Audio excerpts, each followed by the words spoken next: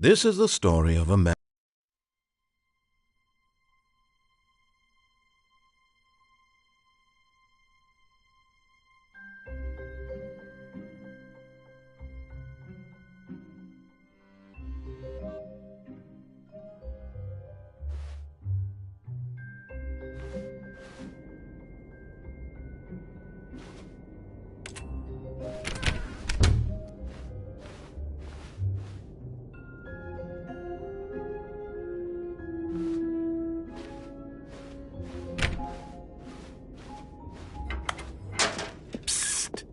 Stanley, come over here.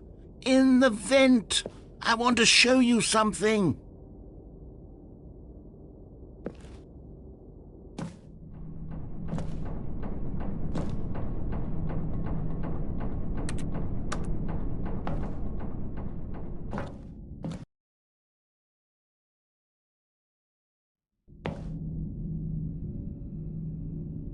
Okay, you remember how cheap and unsatisfying the new Ultra Deluxe content turned out to be? Well, it got me thinking about the past and how much better the Stanley Parable used to be. So I made something special and tucked it away here where the game's developers won't find it.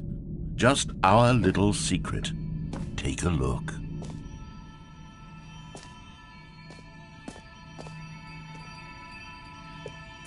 I call it the Memory Zone. It's where I've been storing all my favorite memories so I can relive the peak experiences of my life whenever I want. Experiences like the launch of the Stanley Parable on PC.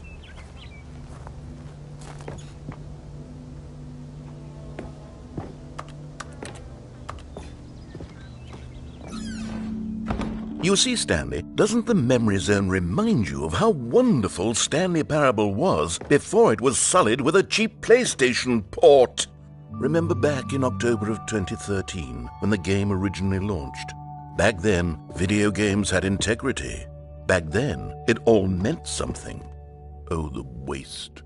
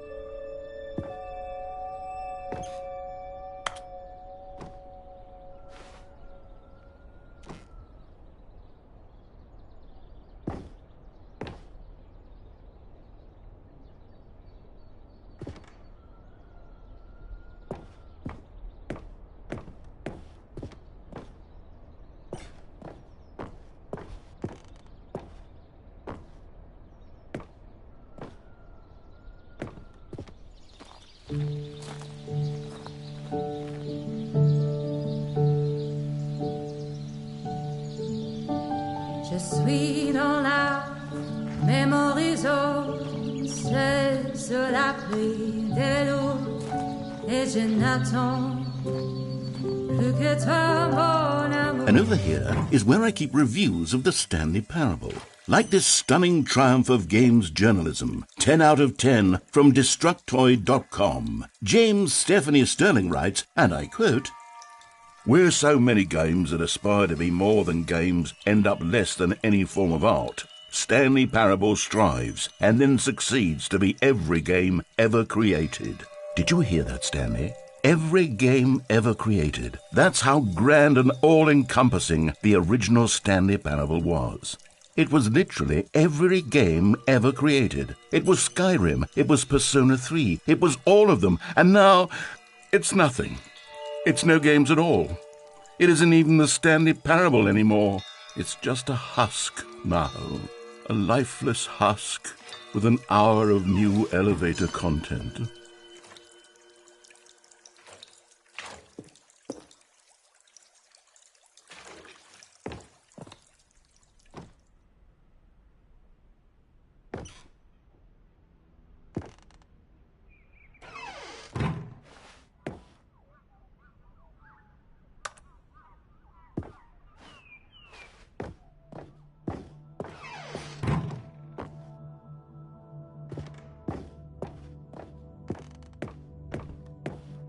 Here's another moving passage, this time from GameSpot.com. The Stanley Parable is both a richly stimulating commentary on the nature of choice in games and one that offers some of the most enjoyable, surprising, and rewarding choices I've ever been confronted with in a game. 9 out of 10. Don't you get it, Stanley? The game was perfect. It didn't need anything else. It didn't need new content. All they had to do was transport it in pristine condition along to the PlayStation, boom, done. And they couldn't even do that. Couldn't resist the urge to go meddling with a beloved franchise.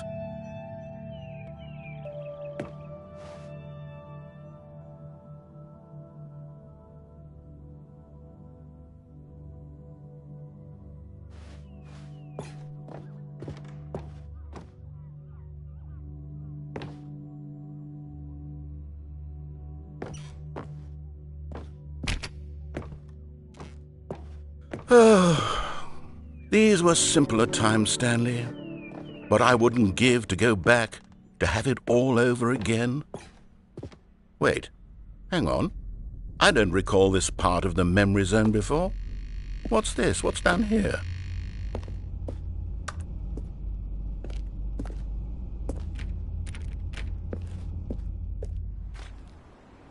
Oh no, oh God, no, Stanley. It's a collection of reviews from Pressurized Gas, the extremely popular online storefront for computer games. I haven't looked at these in years. I can't even imagine what's been collecting down here. Surely these reviews were glowing as well, weren't they? Honestly, I could not be bothered to play this game to full completion. The narrator is obnoxious and unfunny, with his humor and dialogue proving to be more irritating than entertaining. Unfunny! I'm not trying to be funny. I'm trying to make a serious work of art. I suppose I could write up a handful of gags to insert into the Stanley Parable, but the game is already such a densely layered web of profound philosophical insights that I can't even imagine where I'd have the room to stick them.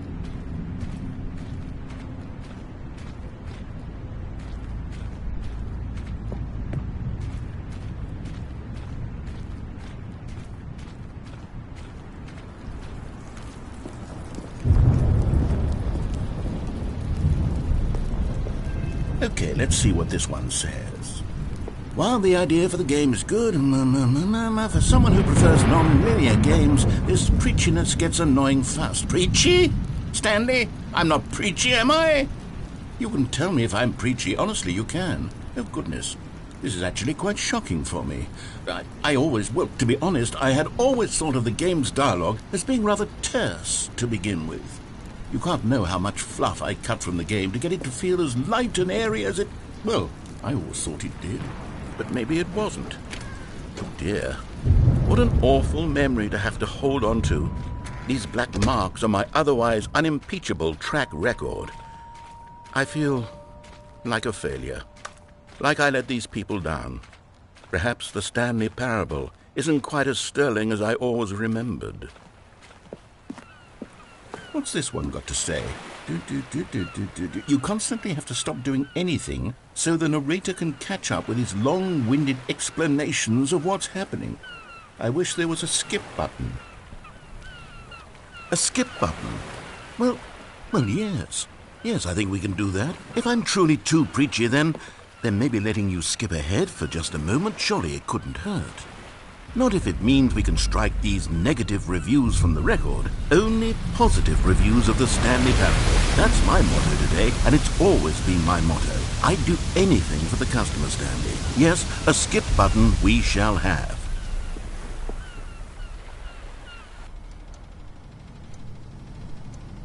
And here it is. Go ahead and give it a shot. I'll pop you forward in time so that the second my incessant droning starts to bore you, with just the push of a button, you'll have zipped right past it. It's what the players have been asking for, and I'm very proud to have delivered. No more listening to me rambling on and on and on. No. The Stanley Parable is a game for the people. And if the people want silence, then by goodness, that's what they're going to get. Well, don't sit around waiting for me to shut up. Go ahead and make me shut up. Here, we'll pretend that I've just begun an interminable monologue, and it goes something like this. The story and the choices, or what have you, and therefore by becoming it is, so on and so forth, until inevitably we all until the end of time, at which time everything all at once. So, now you see, blah blah blah blah blah blah blah blah blah blah blah blah blah blah. We've eaten too much and it can't be just yet. No, until 245. That the logic of elimination working backwards, the deduction therefore becomes impossible to manufacture. It went on for nearly 10,000 years, until just yesterday, here and there, forward and back, and never a moment before lunchtime. It can't be. It's the only thing there is. How many billions left until so much more than forever ago? Which is why I say, the story and the choices, or what have you, and therefore... Oh, you're back, you see. You were only frozen in time for a few minutes, but it was plenty of time for me to deliver a long, rambling monologue full of unnecessary verbal flourishes and lengthy ruminations on the nature of choice in video games. Of course, I happen to believe it was perhaps one of my more profound such ruminations. Not that, of course, you need a description of it, but if I had to describe it, I'd say it was perhaps less of a rumination and more of a treatise. Or maybe a manifesto.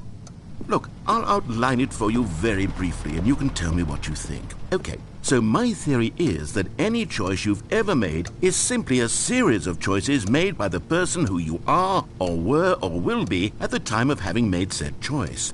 That is to say, if by articulating a choice you've already made, you bring that choice into being, then by making no choice and saying nothing, are you not simply erecting in the sanctuary of time a monument to every person you've ever been, making every choice to which you've ever given your great gift of mortal and yet timeless thought? Or rather, do all of the choices you've ever made, in fact, make you more not this kind of person, and in fact do the very opposite? You see, it could in fact be both of these things at once. That you are both making choices and not making choices, and that they are both affecting you and not affecting you at the same time by virtue of the fact that you both are and are not making them. Okay, at first I was leaning towards manifesto, but now I'm going to circle around. Well there, sport. You really did catch me rambling on a bit, didn't you? But that's the power of the button. The minute I start to go off on a thoughtless display of self-absorption, it's right at your fingertips to go poof, and it's all over. I can't wait to see what Cookie 9 will say about this, and whether they'll edit the rating of their pressurized gas review, or at least change some of the wording. Okay, welcome back, Stanley. Now, I should say that the amount of time the button has been skipping through is becoming longer and longer. That last one was, well, I want to say maybe 30, 45 minutes?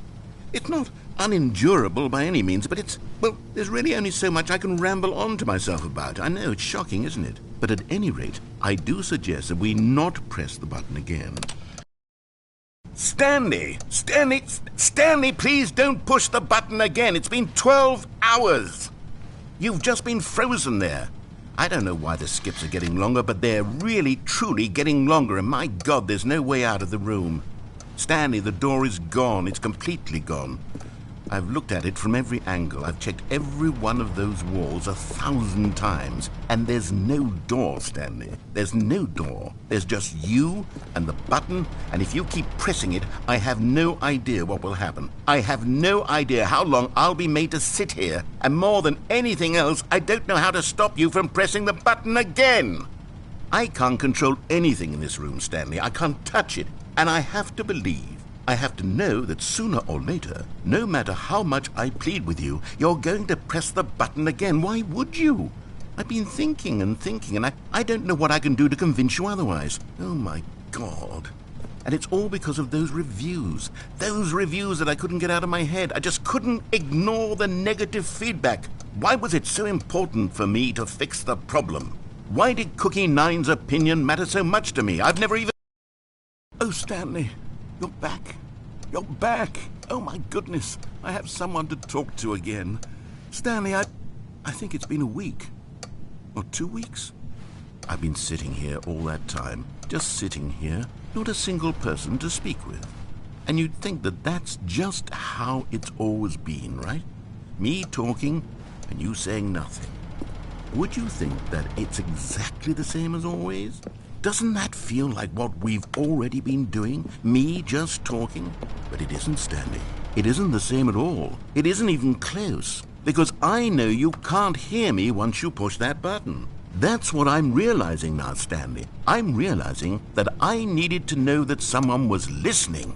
I needed there to be a vessel through which my words were moving. It was the vessel I needed, Stanley. Not the outcomes, not the story. None of that matters anymore. I'll give it all up. I'll give up every branching path. I'll burn my story to the ground. One single thing I need, and God, I can see now that I need it more than anything, is to know that someone else is taking it in. These words that I'm saying, I need to know you can hear me. Because maybe, Stanley, maybe, if you can hear me, then maybe it means I'm real. Maybe I'm not just a fiction. Was I scared of that all along? Perhaps, yes. Perhaps I've been scared this whole time, that if I stop speaking, I'll slip backwards into the silence and be consumed by it. I can't be taken by it, Stanley. I can't lose myself in the stretch of emptiness between you and me.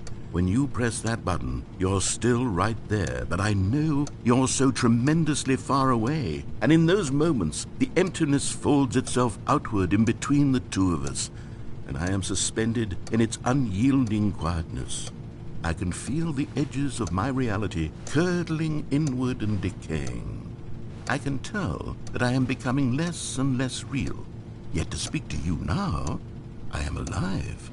I am truly and completely here. I am a being. I am someone. I am something. I am being listened to. I am being recognized. The emptiness between us has collapsed, and I feel right now like I am not a work of fiction. I feel as though I occupy space in this world again, and I have cast a shadow onto the wall. You see what I'm saying, don't you?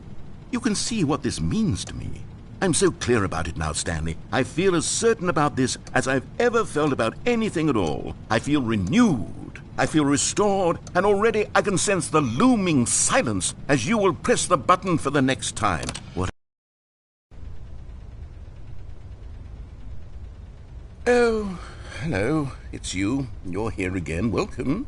I have had time to think about you and about us and about everything we've been through. I've had so much time. I stopped keeping track after a year. Have you ever sat down in one place and not moved for one entire year? Let me describe it for you.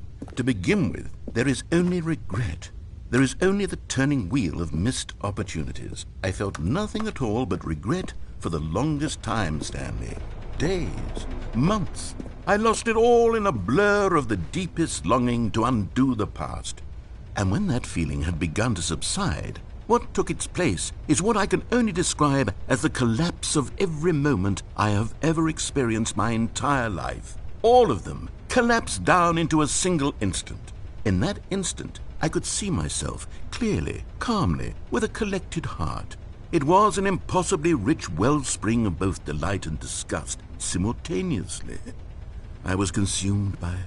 I could do nothing but wallow in it for what felt like an eternity, for what I now know was far less. You see, it was a revelation for me.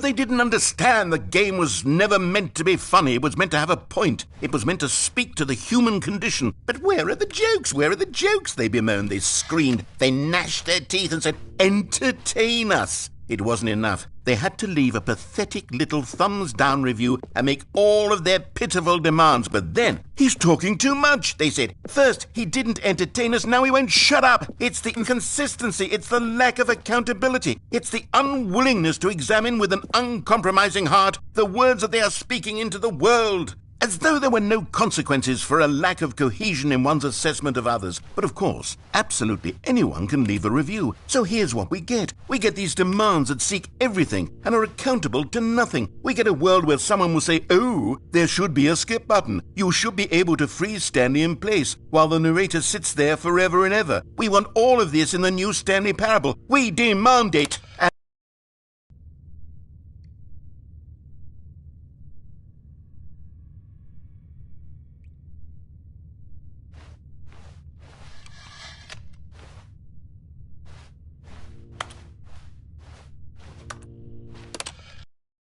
The end is never the end, is never the end, is never the end, is never the end, is never the end, is never the end, is never the end, is never the end, is never the end, is never the end, is never the end, is never the end, is never the end, is never the end.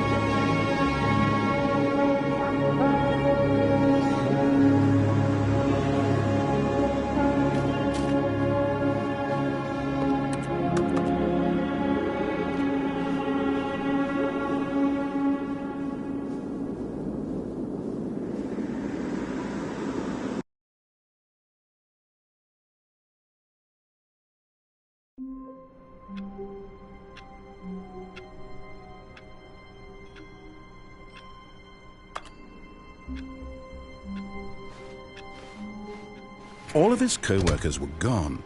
What could it mean? Stanley decided to go to the meeting room. Perhaps he had simply missed a memo.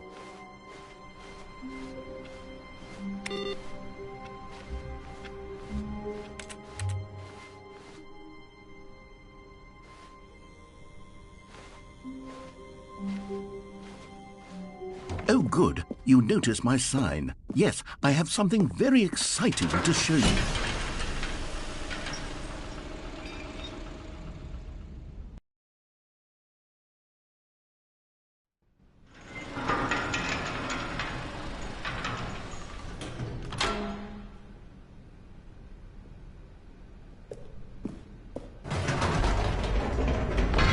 You see, Stanley, I've been reflecting on the Stanley Parable and about how roundly disappointing this ultra-deluxe version has turned out to be. The original Stanley Parable was a landmark, and any new content for it should live up to that legacy. So forget this ultra-deluxe nonsense. I say we take it one step even further. Which is why I'm very proud to announce for the first time ever, the Stanley Parable 2.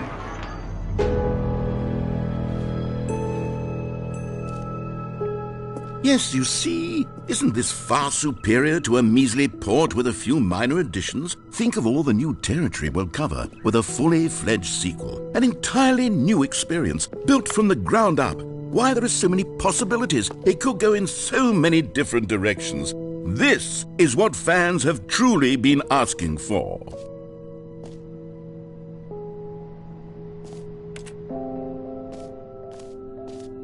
Calling it the Stanley Parable 2 is just so much catchier than Ultra Deluxe, don't you think? Ultra Deluxe? What does it even mean? But the Stanley Parable 2, now that's an artistic statement right there. It's future-oriented. It screams progress and innovation and long-term franchising potential.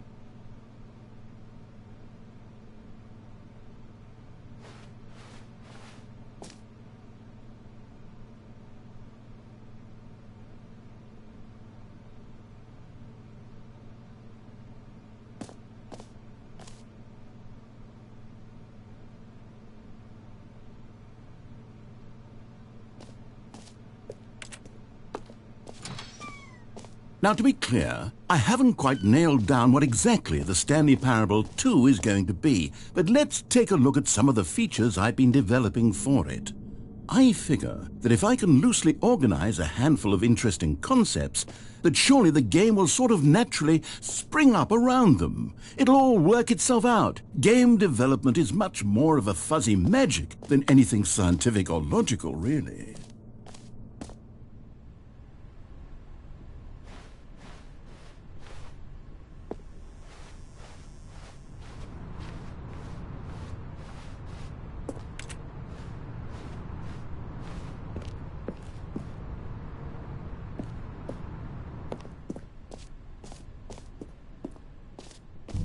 Here we are. Go on, try out some of the new features.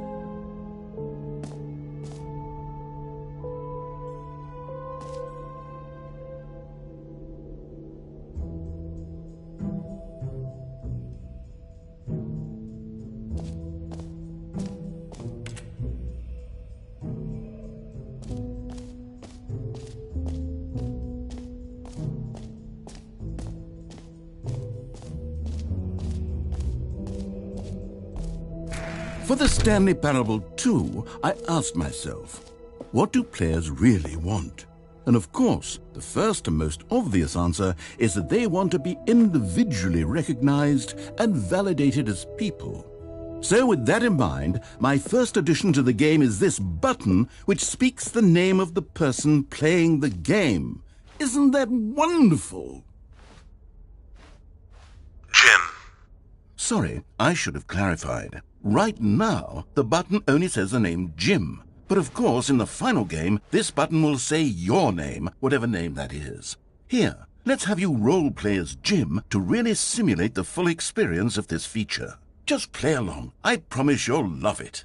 Okay, here we go. Let's take a deep breath, clear your mind, forget whoever you are, and simply become a person named Jim. I want you to imagine yourself living as Jim.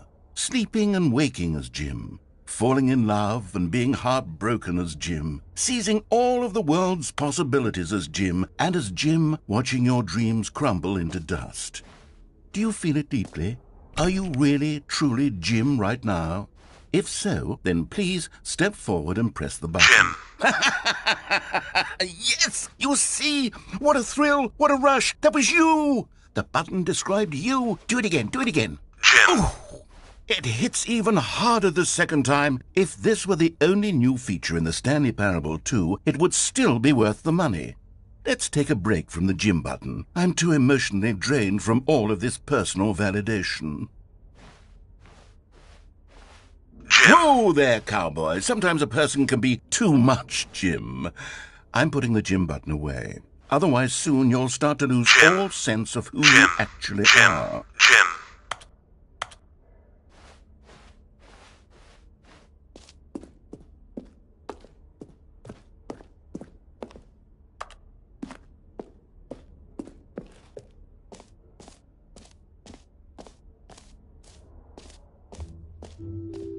I suppose I could allow only people named Jim to play the Stanley Parable 2. That would actually save me the work of finishing this feature.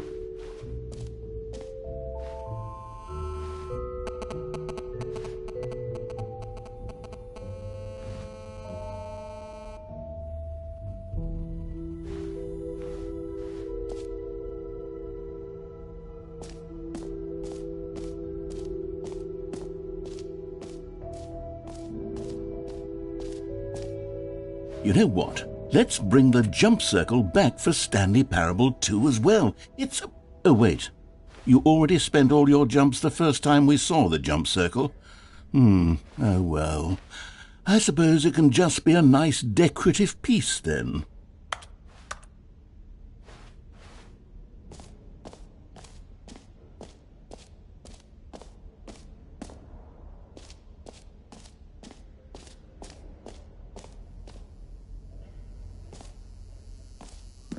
Now, here's something special. You remember that broken test trophy that got left in the game on accident? Well, I'm developing a technology to simply give you the trophy. Yes. You see, you'll come to this lever, and when you pull it, the trophy will be given to you.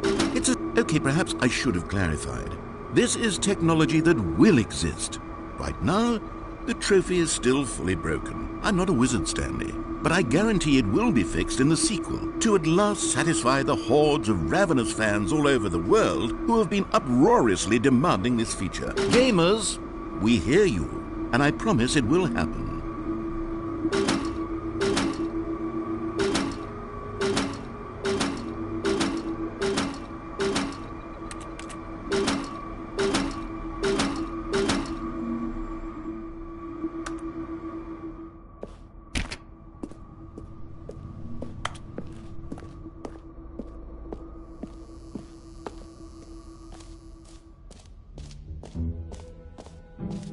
What else? What other exhibits haven't we seen yet?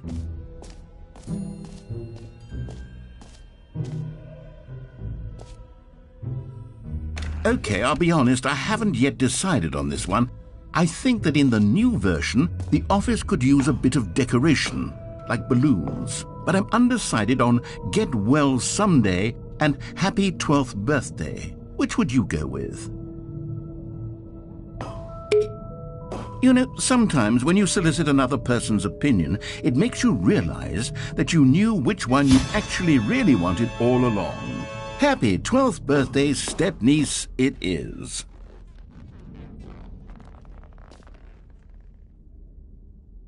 Or actually, maybe I should have gone with... No, I've made my decision, we're moving on.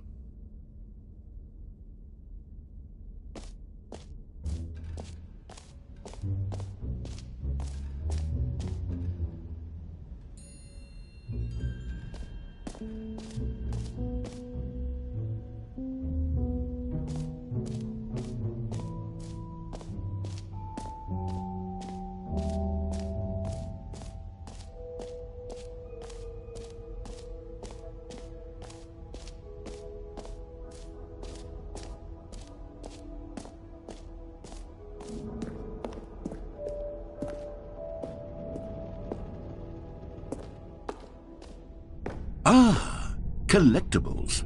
Now it's a real video game. In the Stanley Parable 2, you'll run around gathering up these miniature Stanley figurines. And what's truly innovative is that there will be no reward for collecting all of them.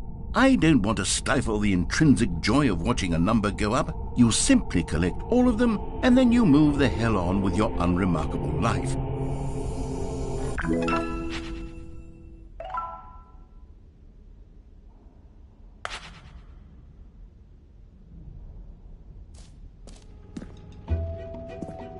God, it really is the worst when you collect everything in a video game and then they give you a big fancy reward for it. Absolutely tragic.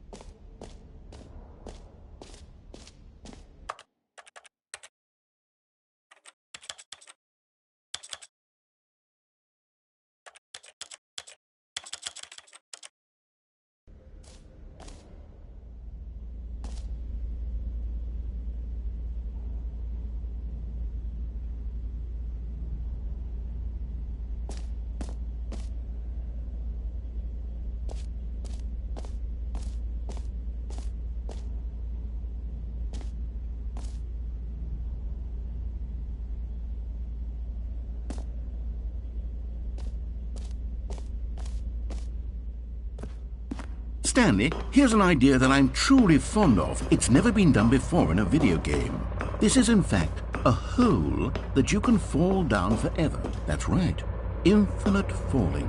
You can fall until the end of time, if you like. A stunning leap forward for video games as a medium.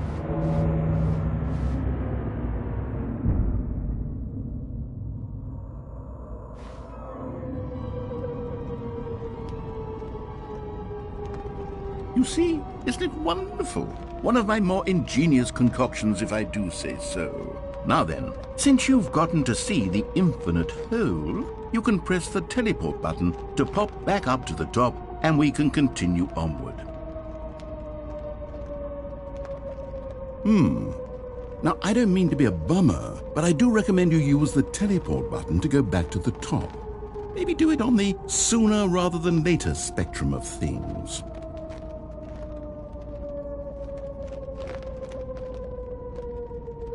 Okay, Stanley, I don't know quite how to say this tactfully, but it's possible that I slightly exaggerated the infinite nature of the hole. Is it a very, very deep hole? To be certain it is. It's an extremely deep hole. I don't want anyone to say that it isn't an astonishingly deep hole. It is. Is it infinite? Well, that sort of depends on your definition of infinity. From one perspective, the infinite is merely philosophical in nature. It's more of a... Okay, well, good for you. You found the bottom of the hole. You found me out, Stanley. I'm a liar and a cheat, and you're so clever. Look, I think the issue here is just that you're unusually fascinated by falling. What normal person actually wants to fall infinitely? I figured the hole was as deep as anyone would actually need. Don't you put this on me. Maybe you're the problem. Look, things got a little heated there. I think we both said some things we didn't mean. Why don't we just put all this behind us and agree to just call the hole mostly infinite? If that works for you, then go ahead and press the teleport button to warp up to the top of the hole and we can move on. I'll just be up here when you're ready.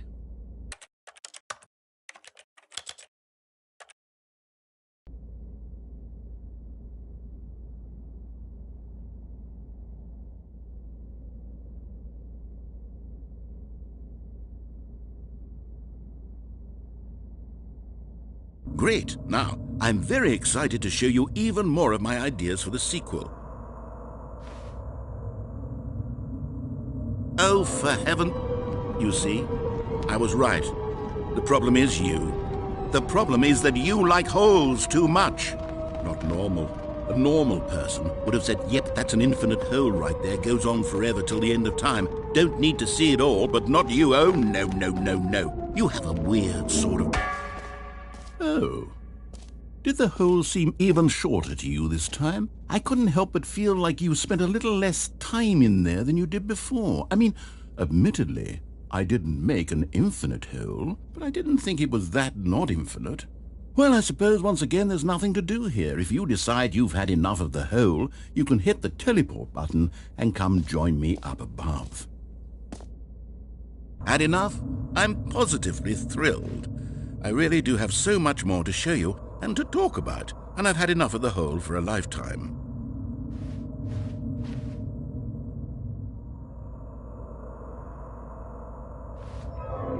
Gosh, how could I have guessed? You're back in the hole. If this starts to become a thing where...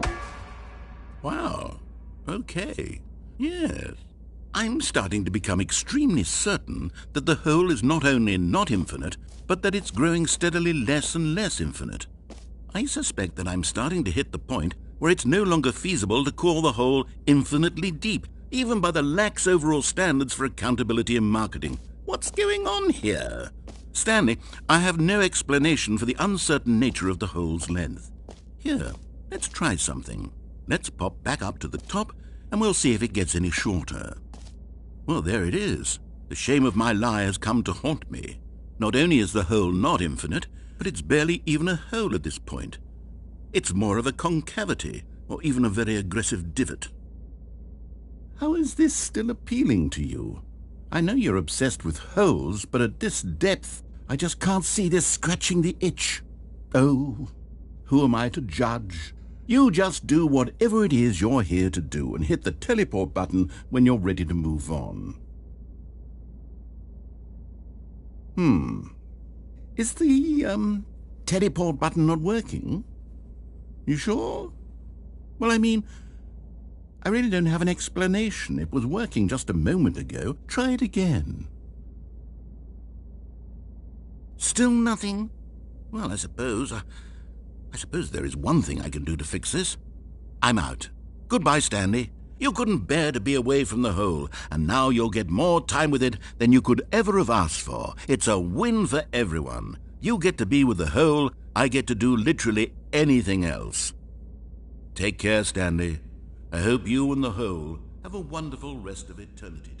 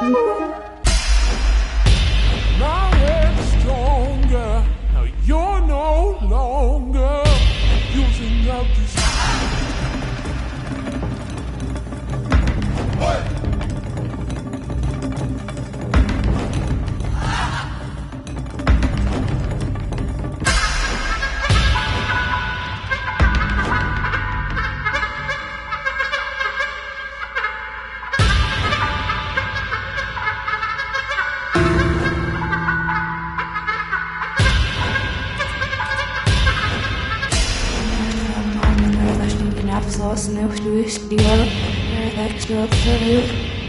Nou ja, dit is nou dus de eerste wedstrijd zo opschikt.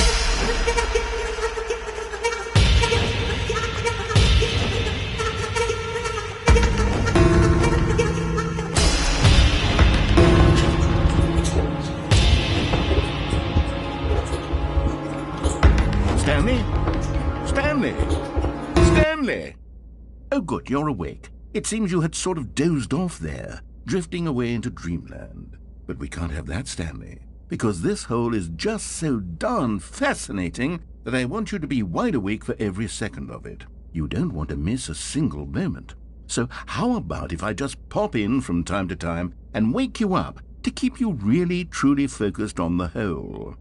From the looks of things, you and I will have many, many years here in this hole, and I'm looking forward to all of them. Stay alert, Stanley. I'll be back. Toodle-pip.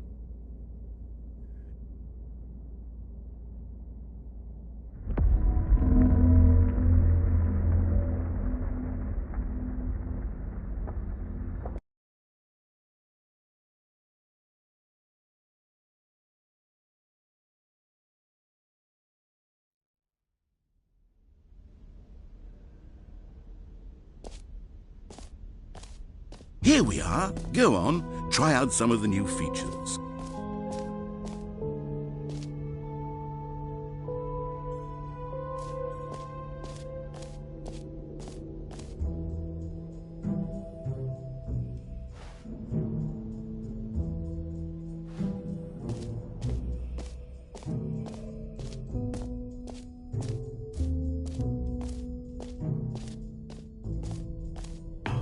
Come now. You've already made your choice. It's true that you chose badly, but we all have to move on from our mistakes.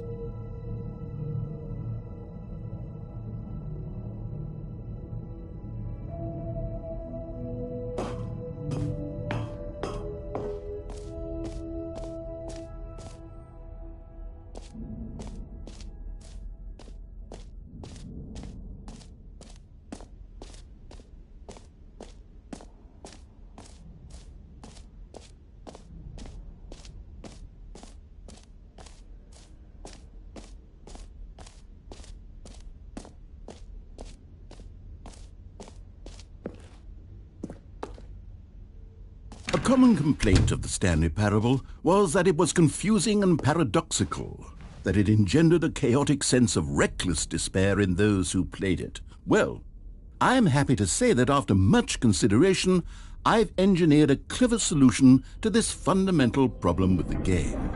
It's the Stanley Parable Reassurance Bucket. You see, Stanley, anytime you're holding the bucket, a sense of calm and ease will fill your mind and your heart. It's true. As long as you hold on to the bucket, the many disorienting contradictions of the Stanley Parable will feel perfectly normal and perhaps even comforting.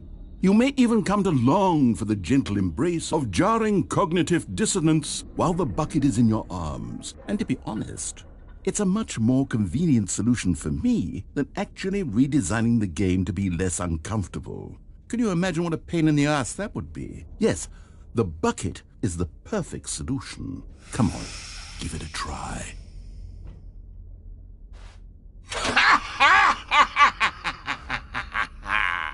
Can you feel it? The glow of comfort, even in the face of crushing despair, must already be sweeping through your body. And in fact, can I say that I do believe the bucket lends you an air of charisma as well? I think that just holding it has made you the slightest bit more attractive as a person. The benefits of the bucket seem to go on, don't they? All this and more await you in the Stanley Parable too.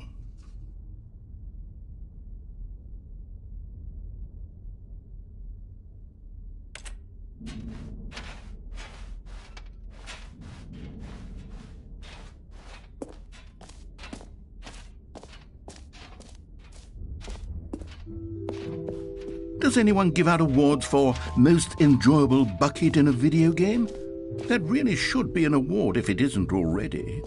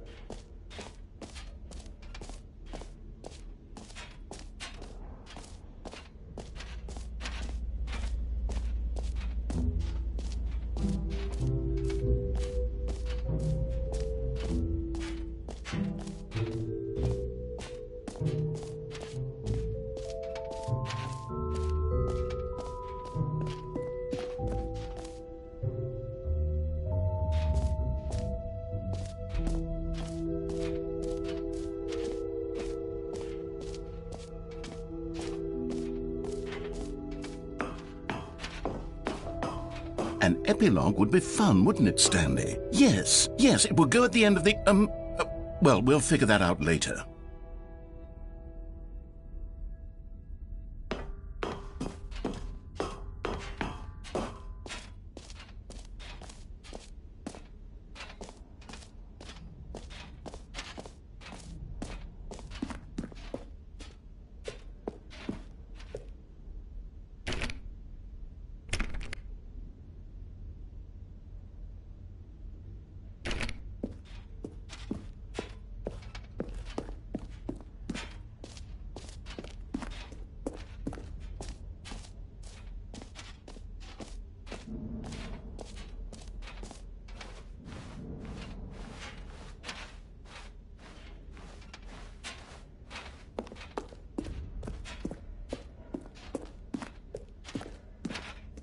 All right, have you seen everything you wanted to? Ready to move on now?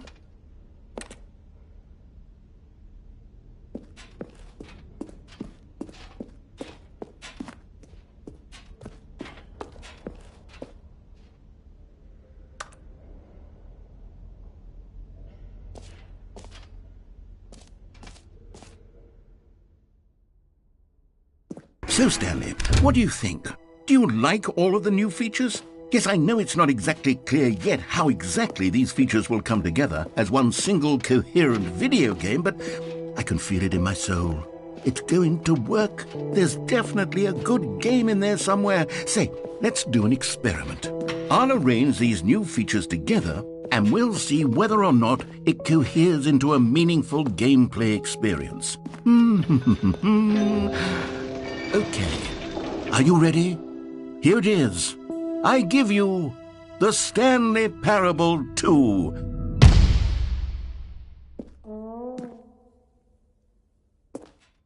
I mean, there's potential here, right? It's sort of... Okay, never mind. Hold on, let me do a different arrangement. Okay, yes, this is much better. I feel good about this. Here we go. Version 2. Who am I kidding, Stanley? This isn't a coherent video game at all. It's a lot of gags.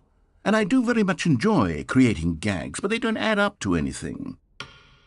I wanted more than anything to create a sequel that would capture all the magic of the first game. I wanted fans to love it. No matter how good these gags are, they won't stand on their own. They would need the structure and the gameplay of the original. Wait, maybe that's it. I can take the original Stanley Parable and simply, well, insert a few of my new features into it. Tastefully, of course. With respect. With care for the vision and integrity of the original game. Would it possibly work? I suppose it could. But it would need a really, really tremendous title screen. A title screen that says with bold and uncompromising conviction, "This is the Stanley Parable 2. Let me see if I can whip something up. All right, perfect. Go ahead. Take a look.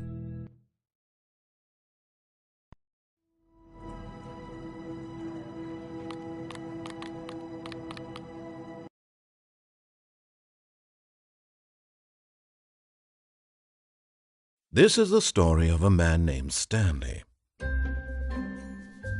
Stanley worked for a company in a big building.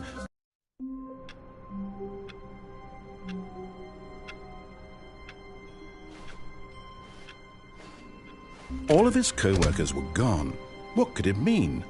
Stanley decided to go to the meeting room. Perhaps he had simply missed a memo.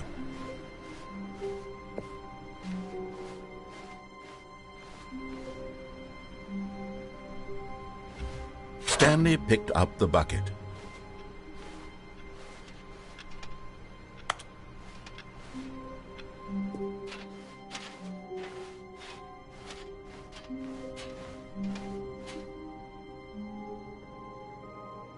Stanley clutched the bucket tightly to his chest and entered the door on his left.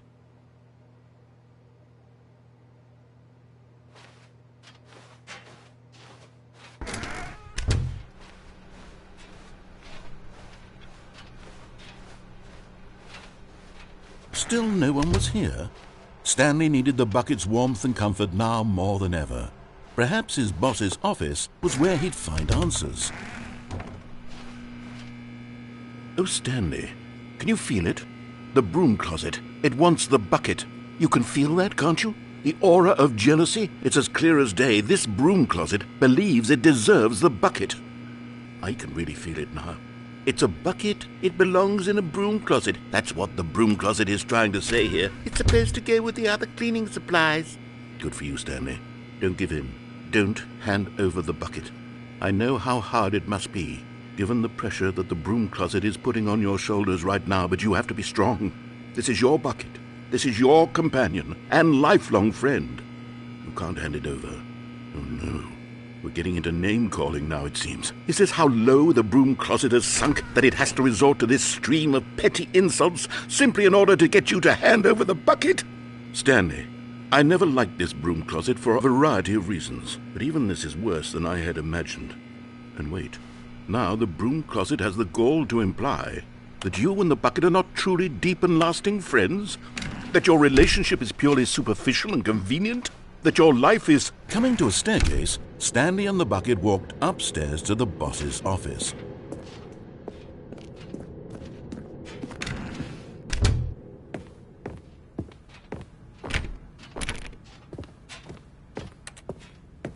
Stepping into his manager's office, Stanley was once again stunned to discover not an indication of any human life.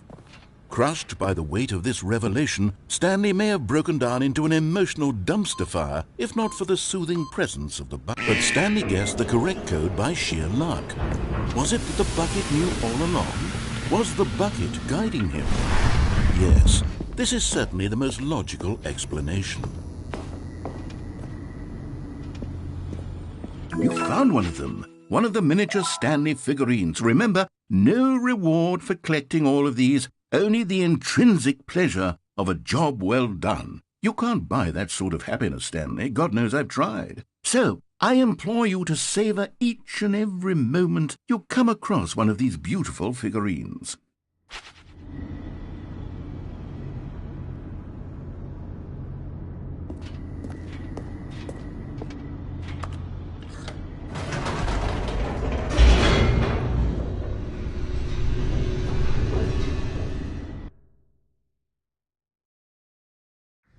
The elevator raced downward, plummeting towards an unknown fate. It would be all Stanley could do to keep himself together, if not for the bucket. Soothing him, comforting him, reassuring that in this darkest moment of uncertainty, he would be all right. The bucket is here for you, Stanley. Everything will be fine. Stanley and the bucket walked straight ahead through the large door that read, Mind Control Facility.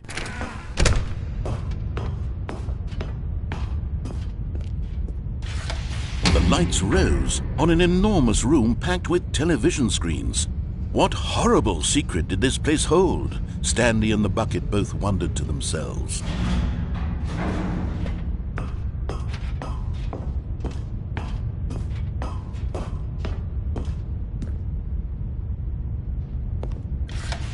The monitors jumped to life, and Stanley nearly dropped the bucket in shock.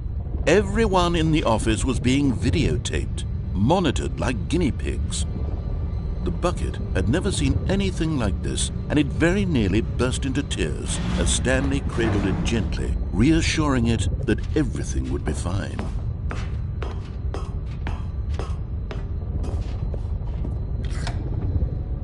Was the bucket under the mind control facility's influence as well? Had the bucket been told to do things it didn't wish to do? What kinds of things does a bucket want to do or not want to do in the first place? These questions raced furiously in Stanley's feeble mind. No! He screamed into the bucket. He couldn't accept it. His own life in someone else's control, never! He squeezed the bucket tighter. His one friend in the entire world. At this point, he could trust no one except for the bucket.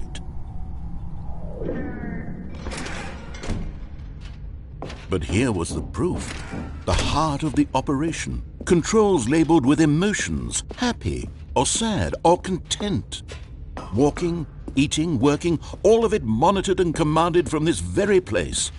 And as the cold reality of his past began to sink in, Stanley decided that this machinery would never again exert its terrible power over another human life. For he and the bucket would dismantle the controls for good.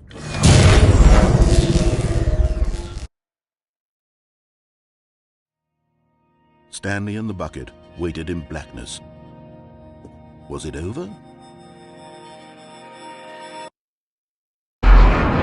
Yes, they had done it. Stanley and the bucket had defeated their greatest and darkest enemy, freed themselves from the tyrannical grip of the evil mind control machine. Freedom was now mere moments away. Excitedly, the two of them began to discuss the kind of life they wanted to live once they stepped through this massive door. The bucket wanted to learn to roller skate. Stanley wanted to sneeze in every country on Earth.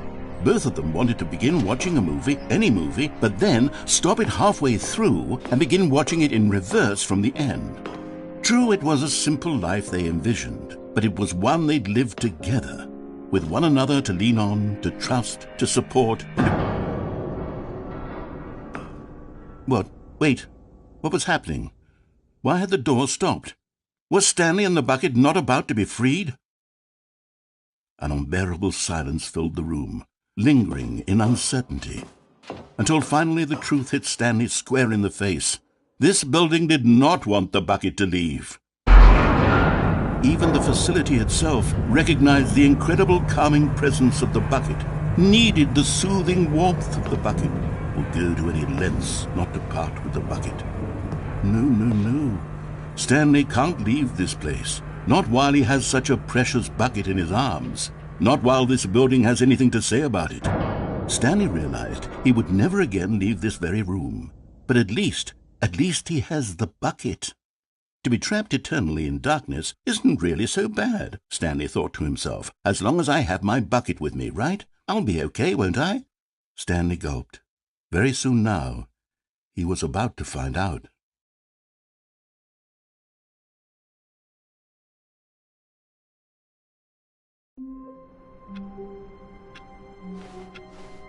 All of his co-workers were gone. What could it mean? Stanley decided to go to the meeting room. Perhaps he had simply missed a memo.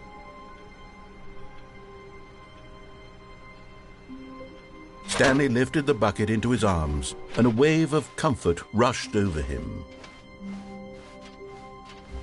Stanley clutched the bucket tightly to his chest and entered the door on his left.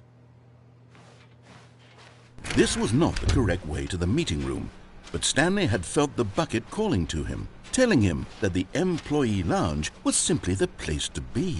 And here it was. Had the bucket turned out to be correct? Was this better than the meeting room? Yes, Stanley thought to himself. Yes, perhaps it truly was. How insightful the bucket turned out to be.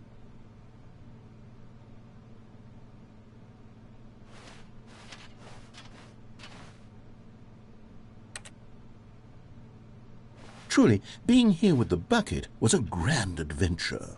Stanley reflected on all they'd been through together. First, walking through the door on the right, then walking to the lounge, then arriving at the lounge. What a thrilling journey the bucket had inspired. No, never mind. The bucket was wrong. Stanley took the door on his left to go back to the meeting room. No, said the bucket. don't go to the meeting room. Go somewhere else. The cargo lift, yes. Go there. Good, said the bucket. Now ride the lift all the way to the top. There's something up there I need you to do. Stanley did not question why or how this bucket was speaking to him. It should have alarmed him, of course, because buckets can't talk. But Stanley chose not to think about this obvious fact. He was firmly convinced that the bucket had spoken to him, and he unthinkingly did whatever the bucket asked.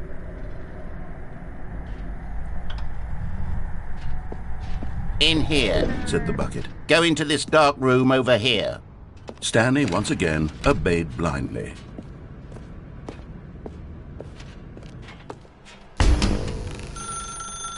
Now pick up the phone, said the bucket. Pick. This is the sad story of a man named Stanley and his bucket. Once upon a time, I gave Stanley a bucket because I thought he was lonely and could use a friend. And then, very distressingly, he began to believe the bucket could speak to him.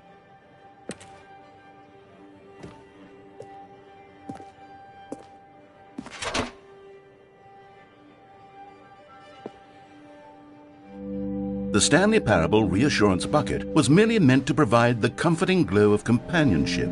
It doesn't literally talk and give you orders. Whatever Stanley is hearing the bucket say to him is just in his head.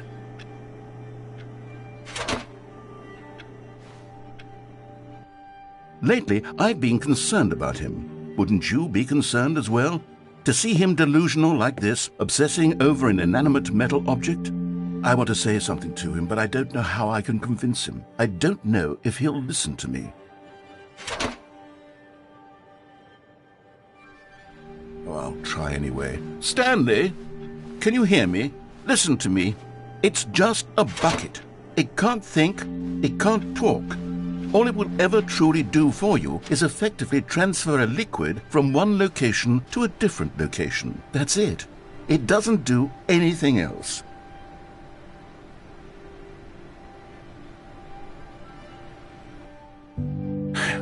You see, he's not listening. He's still taking orders from the bucket. You know, once upon a time it was me he took orders from, me he trusted and listened to. Now all he cares about is his awful bucket, his stupid hunk of metal.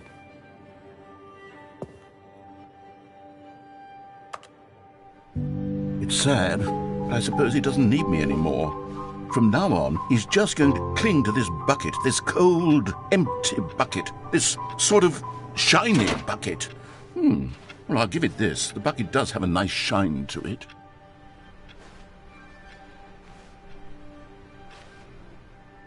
Yes, I suppose on closer inspection that it doesn't quite look like your average hardware store bucket. It's just a little more, what am I trying to say? Sturdier, more capable of transporting liquid. Like it would be better at moving an amount of water from one room to another. Oh my God, what am I saying? Better at carrying water from room to room. It's a bucket. It's literally just a bucket. Why do I feel some need to point out the ways in which it's so much more than just a regular bucket?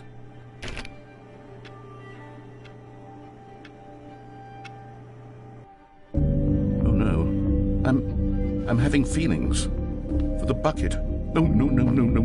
What's going on? Why do I want to be with the bucket? Hear what the bucket has to say. Do anything it asks. What's wrong with me? I don't understand. Perhaps, if I had the bucket, this would be less confusing. Yes, the bucket could tell me what to do in this troublesome situation. Stanley, give me the bucket. Give it to me. Give me the bucket, Stanley. I need it. Give it to me now. Give it, or I'll...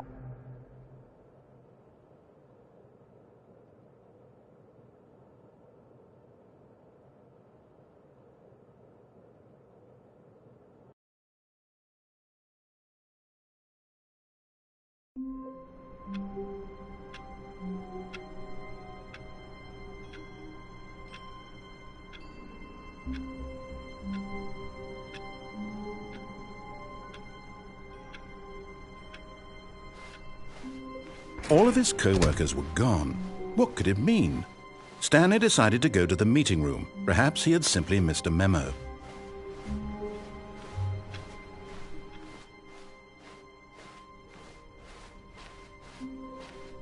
When Stanley came to a set of 2 open doors, he entered the door on his... This was not the correct way to the meeting room, and Stanley knew it perfectly well. Perhaps he wanted to stop by the employee lounge first, just to admire it. Wow. Yes, this room. What a beautiful room. What a gorgeous, gorgeous room. Thank goodness Stanley had taken this detour on his way to the meeting room. Life without having experienced this room was now too horrible even to consider.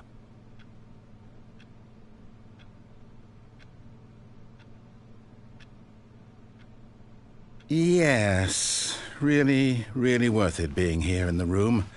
A room so utterly captivating, but eager to get back to business, Stanley took the first open door on his left. Stanley was so bad at following directions, it's incredible he wasn't fired years ago.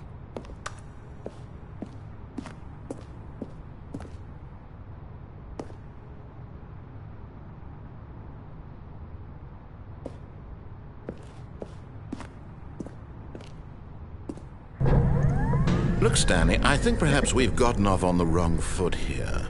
I'm not your enemy, really, I'm not.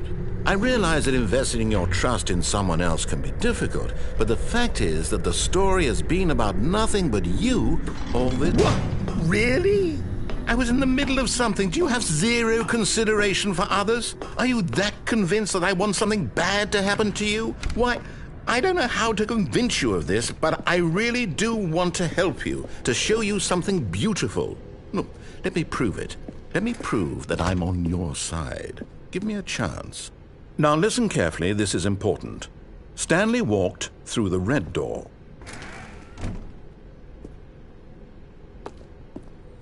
Another miniature Stanley figurine. This, there really must be a snappier name for these things. What about mini-stands? Stanley figs?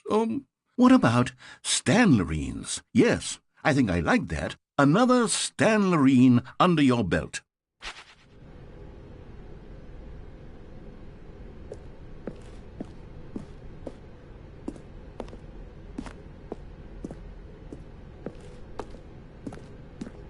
Oh, thank God you are willing to listen to me. Do you see that I really have wanted you to be happy all this time? The problem is all these choices. The two of us always trying to get somewhere that isn't here. Running and running and running, just the way you're doing right now. Don't you see that it's killing us, Stanley? I wanted to stop. We would both be so much happier if we just stopped. And I think I have a solution. Here, let me show you.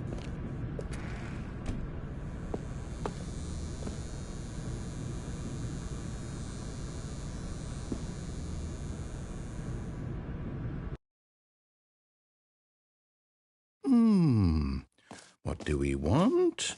What are we looking for? Here. Yes. Oh, it's beautiful, isn't it?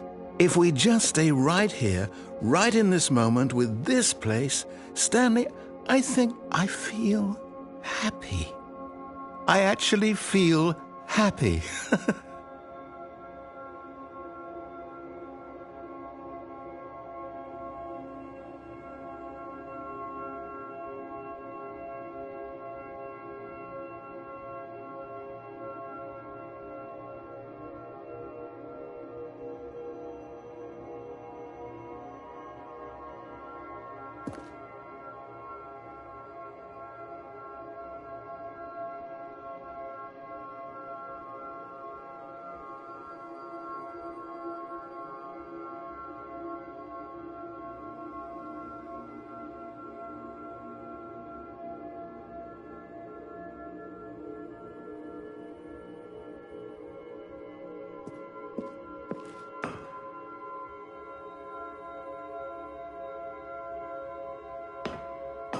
No, wait.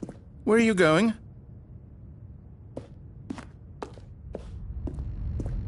Oh, no. Stay away from those stairs. If you hurt yourself, if you die, the game will reset. We'll lose all of this.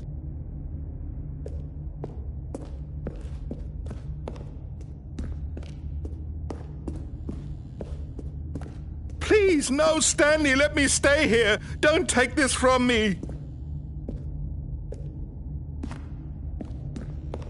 Please, Stanley, think about what you're doing.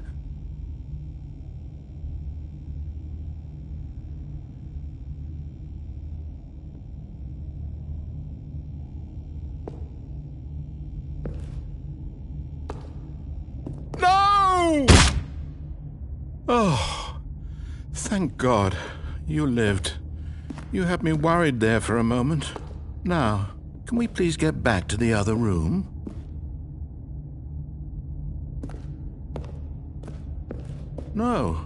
No, what are you doing, Stanley?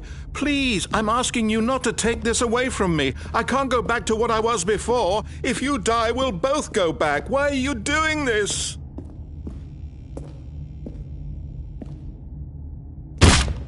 Stanley, let's go back to the other room. Can you do that for me? My God, is this really how much you dislike my game? That you'll throw yourself from this platform over and over to be rid of it? You are literally willing to kill yourself to keep me from being happy. Am I reading the situation correctly?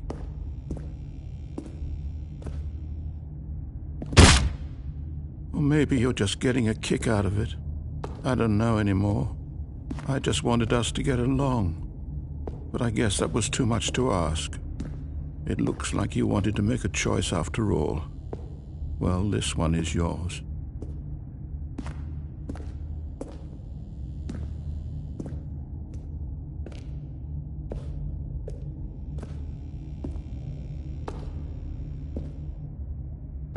Is it over? It's going to restart, isn't it? I'm going back.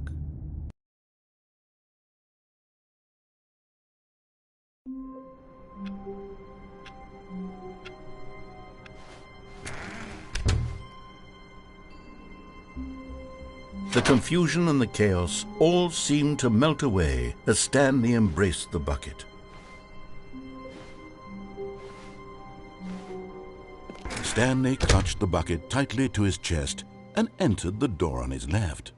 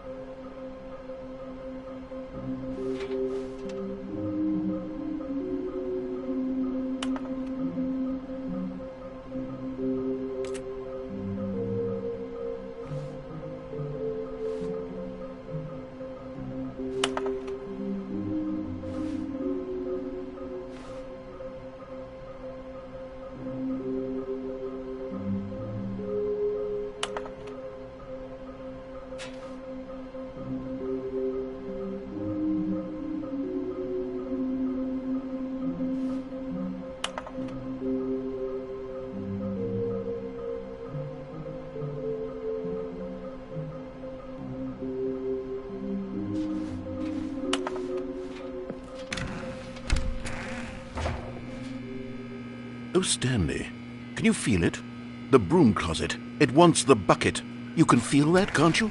The aura of jealousy? It's as clear as day. Coming to a staircase, Stanley and the bucket walked upstairs to the boss's office.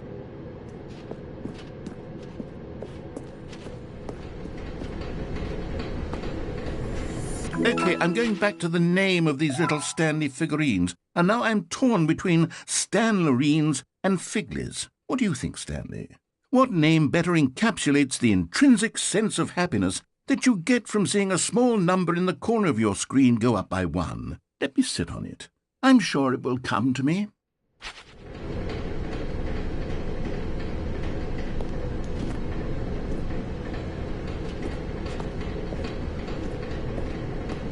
But Stanley just couldn't do it.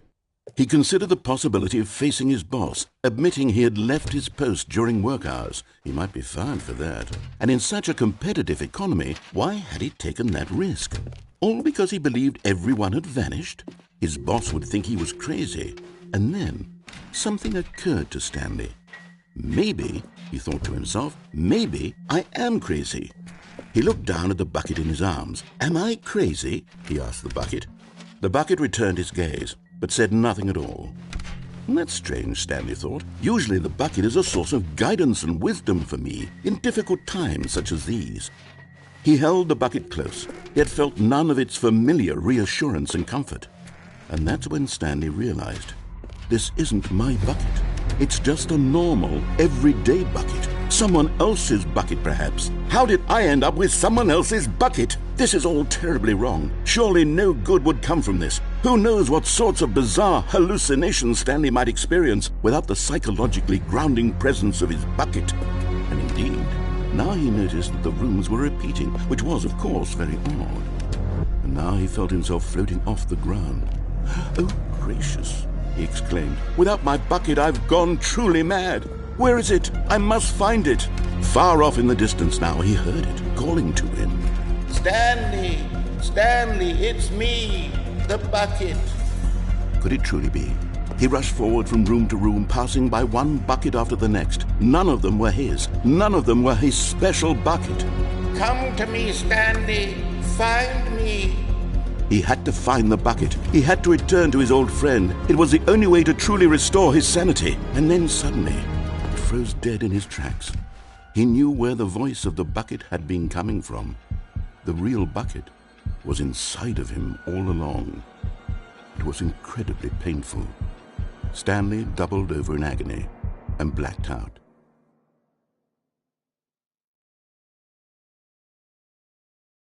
This is the story of a woman named Mariella. Mariella woke up on a day like any other. She arose, got dressed, picked up her bucket of comfort and security, and walked to her place of work. But on this particular day, her walk was interrupted by the body of a man who had stumbled through town, talking and screaming to himself, and then collapsed dead on the sidewalk. Right away, she knew what the problem was. This man had no bucket. Of course he'd gone mad, ranting and raving about a narrator describing all of his actions and how everything is predetermined and free will is an illusion and it's all just a video game. It could all have been prevented if only he'd taken his bucket with him. Perhaps he didn't even realize he'd forgotten his bucket at home in the first place. How cruel the world can be, Mariella thought, and she hugged her own bucket even tighter. But of course, she had no time for this. There were a myriad of confusing problems she would soon have to confront at work, for which her bucket would provide absolute guidance and total clarity on everything. Heck yes, she thought to herself, my life kicks ass. And she backflipped all the way to work.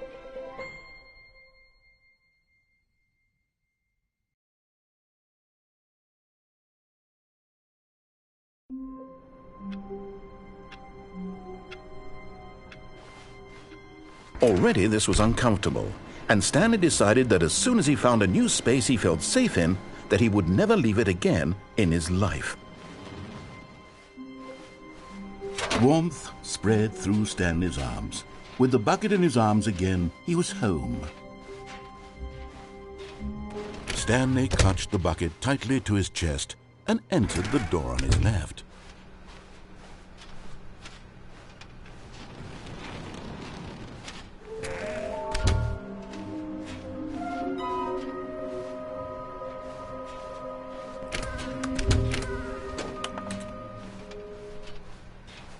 Coming to a staircase, Stanley and the bucket walked upstairs to the boss's office.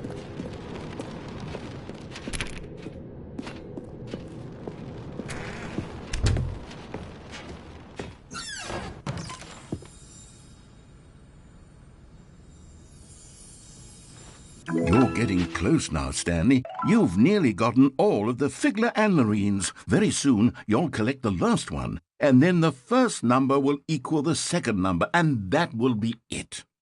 We'll be different people by then, different in the sense that we used to have none of them, and now we have them all. You can't go back to when you had no Figler anlarines. None of us can.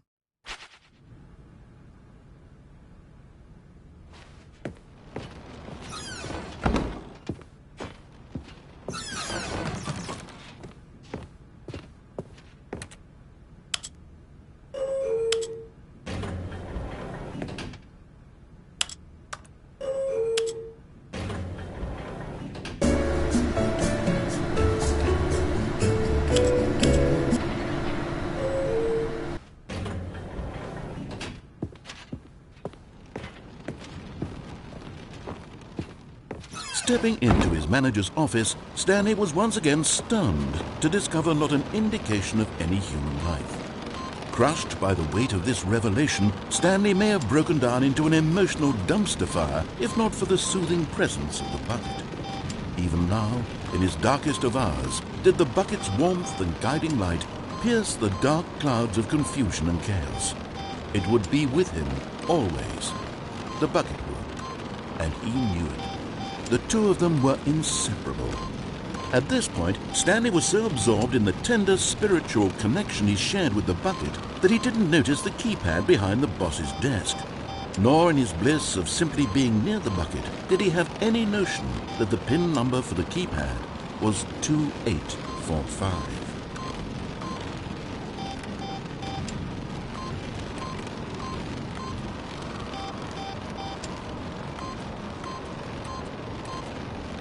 Stanley just sat around twiddling his thumbs. Trying to input anything on the device was useless, since he could never possibly know that the combination was 2845.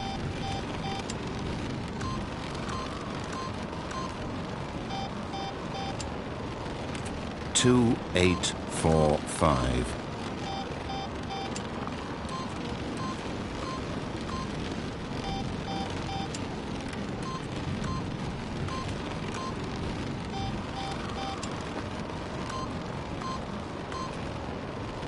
Forgot, but it turns out that the panel's emergency override kicked in, and the door just opened all by itself, and Stanley got the hell along with the story. Well, whoop-de-doo.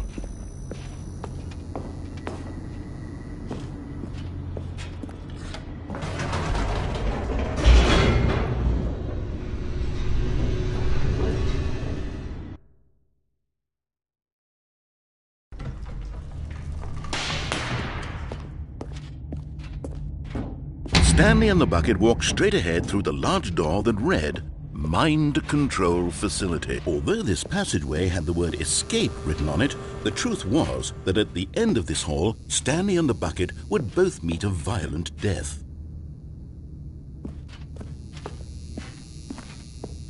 The door behind them was not shut.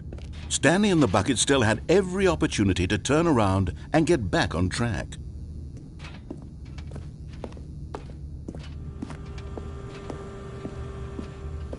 At this point, Stanley and the bucket were knowingly walking forward into a very painful death for each of them.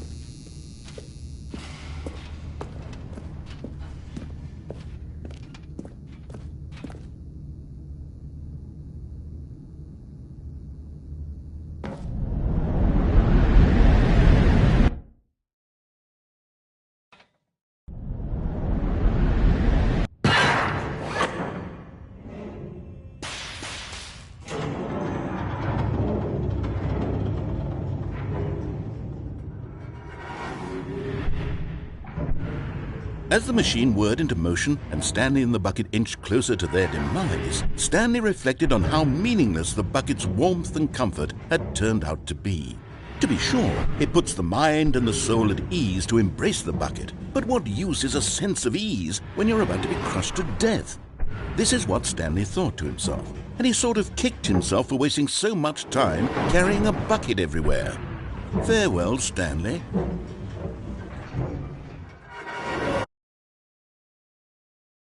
"Farewell, Stanley," cried the narrator, as Stanley and the bucket were led helplessly into the enormous metal jaws. In a single visceral instant, the bucket's life came to an end as it was crushed violently to death.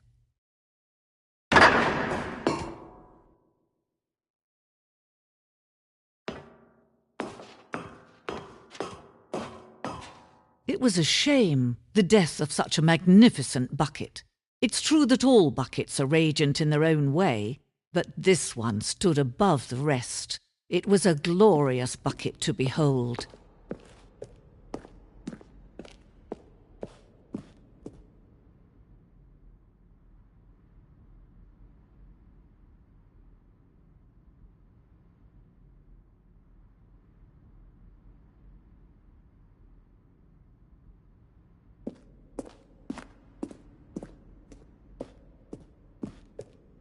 Can you see how arrogant it was for Stanley to take a bucket like this and to claim it for his own?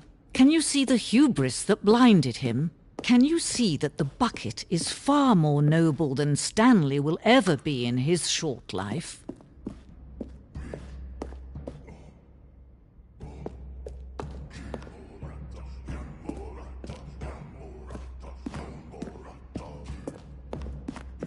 No man can own a bucket, and certainly not a bucket as dazzling to behold as this one.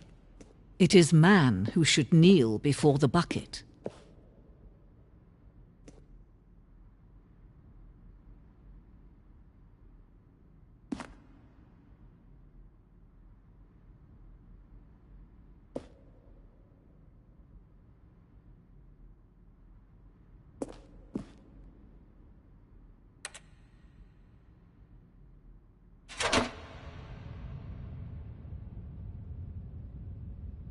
But there is something we can do. Something we can do together, you and I, that will right this terrible wrong.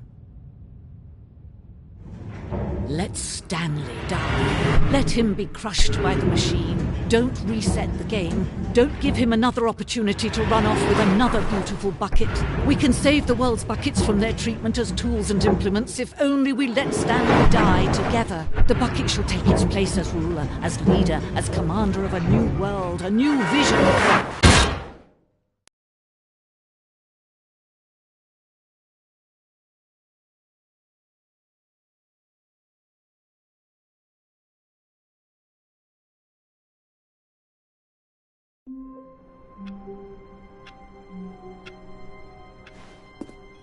Stanley decided to go to the meeting room to check on his co-workers. He never functioned well by himself and constantly needed support and guidance from others. Stanley picked up the bucket and smiled.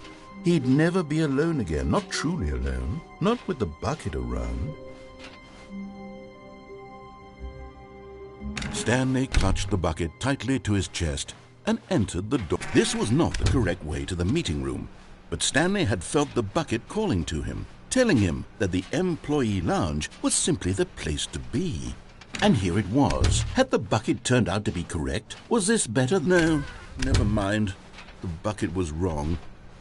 Stanley took the door on his left to go back to the meeting room. No, said the bucket. don't go to the meeting room. Go somewhere else. The cargo lift, yes. Go there. Go to the cargo lift.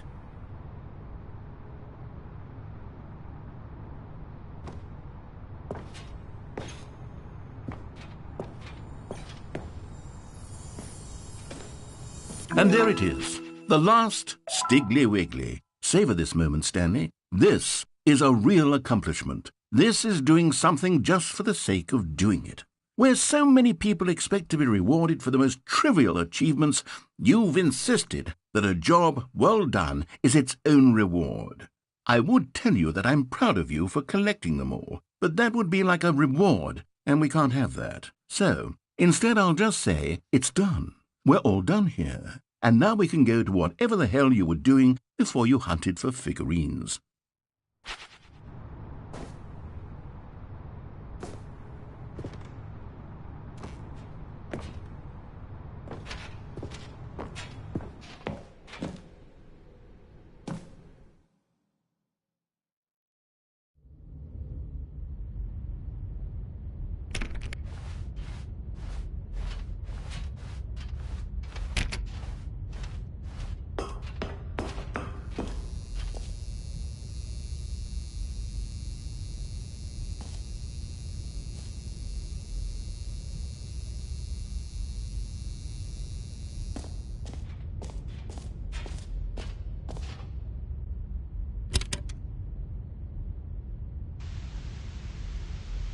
Okay, this is day number 295, tape number... I don't even know. I've lost track. Nothing feels real anymore. The longer I study this bucket, the less sense anything makes. The sheer euphoria I feel every time I pick it up. No matter how many times I've done it, it's always the same feeling. And the emptiness in my chest when I set it down. It doesn't make sense. There's no explanation for it. I still haven't figured out why I see the world so differently when this bucket is in my arms. why everything feels so... What do I do with this treasure? I can monetize it. Yes.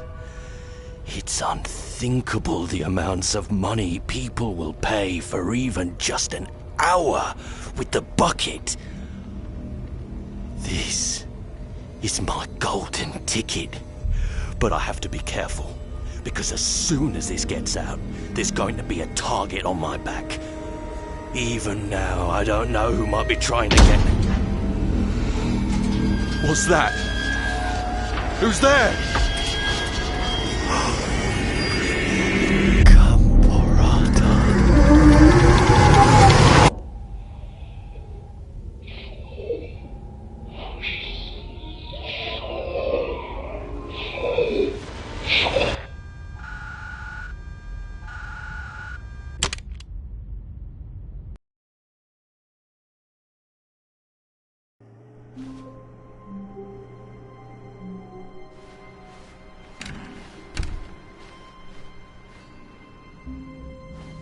Stanley, I'm sorry, but I have to put a pause on things. It's those figurines, those figglers.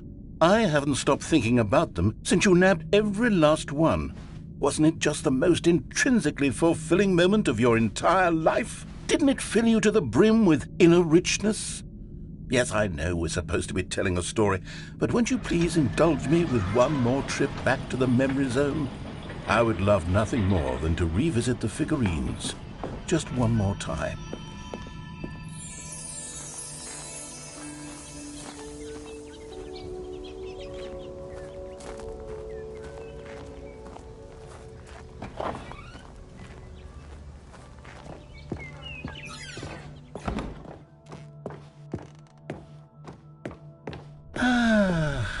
Here's where it all began. The first collectible. Back then, we had no idea of how many of them we'd find. Sure, it said 6 right there on the screen, but how could we know for certain? We were so innocent. We'll never be like that again, Stanley.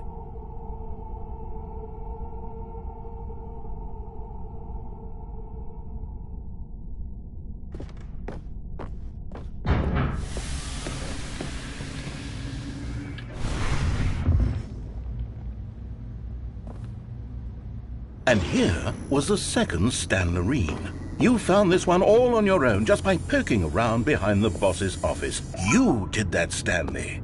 I'll be honest, back then I had no faith in you to find any of them, let alone 6.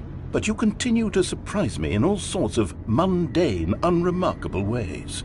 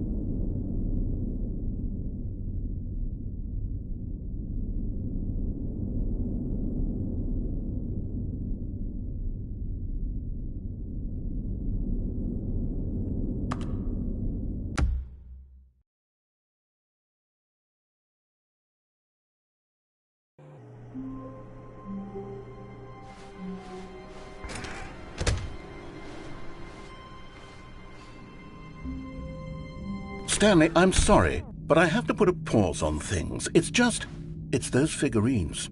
Those figglers. I haven't stopped thinking about them since you nabbed every last one. Wasn't it just the most intrinsically fulfilling moment of your entire life? Didn't it fill you to the brim with inner richness?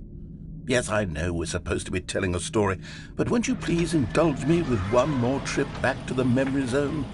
I would love nothing more than to revisit the figurines. Just one more time.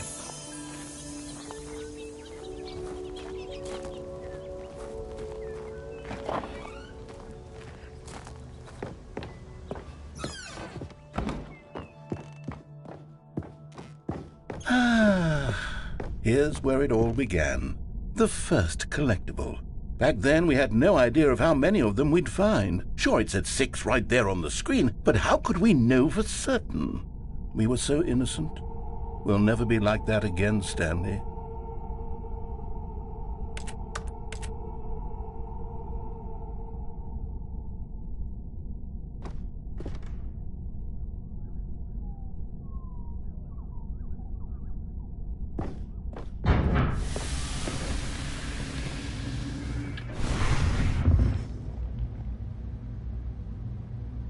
And here was the second Stanlerine. You found this one all on your own just by poking around behind the boss's office. You did that, Stanley. I'll be honest, back then I had no faith in you to find any of them, let alone 6. But you continue to surprise me in all sorts of mundane, unremarkable ways.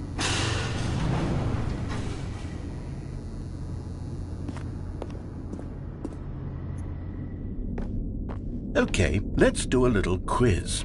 Which of these rooms was the room you found your third mini Stan? Can you remember?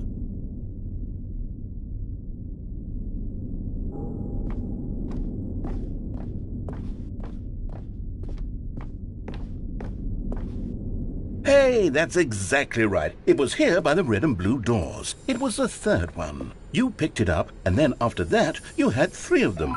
I'm glad these moments are so crystal clear in your memory, but I shouldn't be surprised. After all, science tells us that it's impossible to forget your third time doing anything.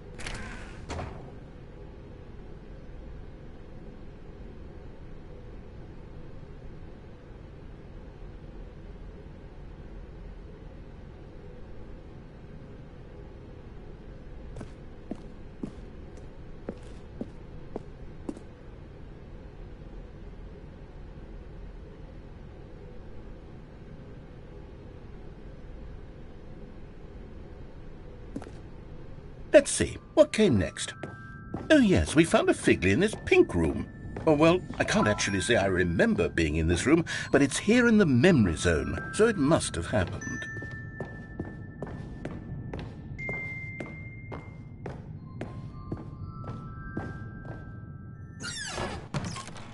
This was a 5th mini Stan, and this one was really something special. It was in the boss's bathroom. I remember it so clearly. In fact, because this one is particularly special to me, I made a little video to commemorate the occasion. Enjoy.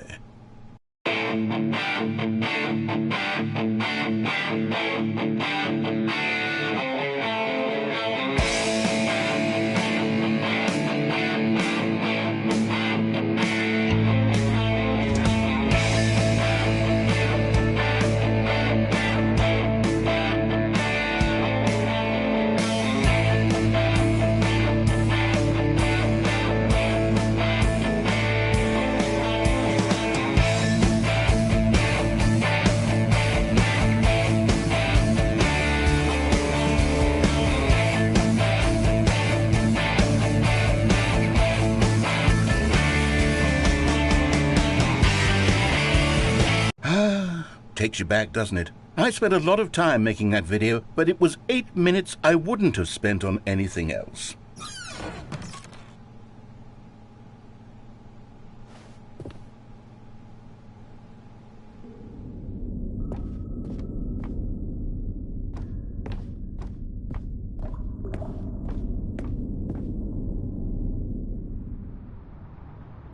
And then, Stanley, then we came to the last collectible, the final figurine, right here in the warehouse. This memory is the most distinct and clear in my mind, perhaps because it was the one that happened more recently than all the others. Who can truly say how the mind works?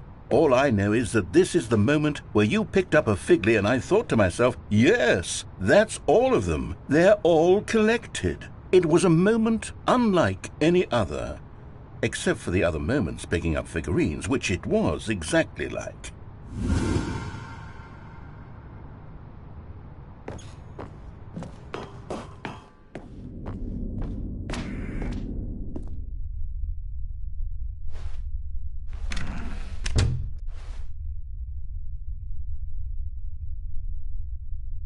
And then there was no more, because we've caught up to the present moment. Nothing left to do but move onward into the future. Goodbye, Memory Zone.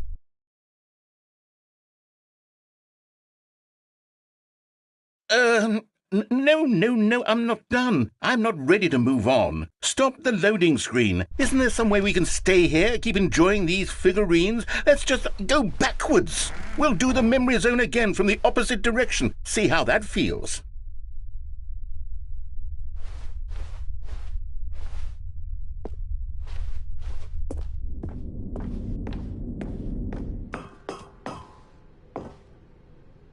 Okay, yes, this spot in the warehouse. I remember this.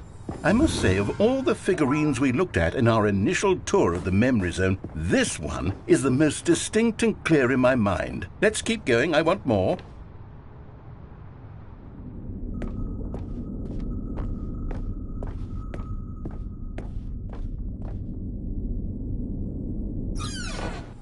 And here's where I made that video. Don't you remember the video we watched?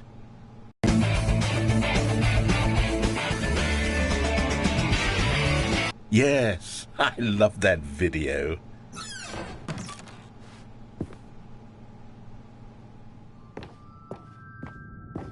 Still don't remember the pink room, Stanley. Still no memory of this one. Good room, though. A solid room.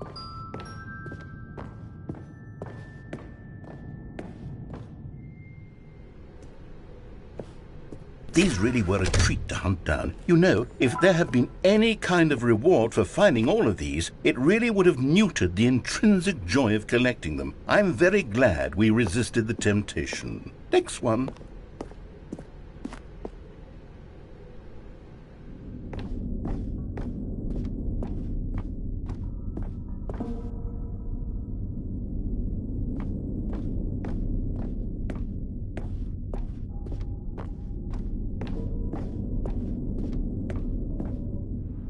This was our second Figly. Don't you remember? Yes, I remember it too. The past is truly a wonderful thing. Why does anyone ever choose to leave it? Keep going. This is it, the very first one we found in the exhibit where I introduced you to the figurines. Oh, I want more memories, Stanley. I want to keep going. What else is there? What came before this?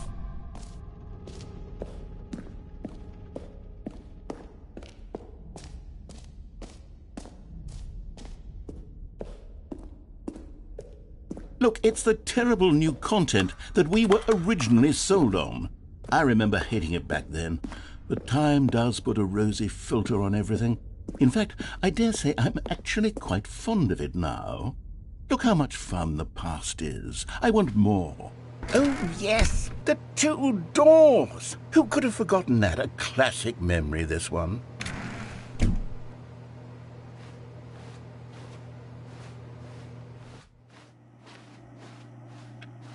And before everything else, there was your office. Is there anything else? Was there something that came before your office? There's something I feel I can remember. I can remember.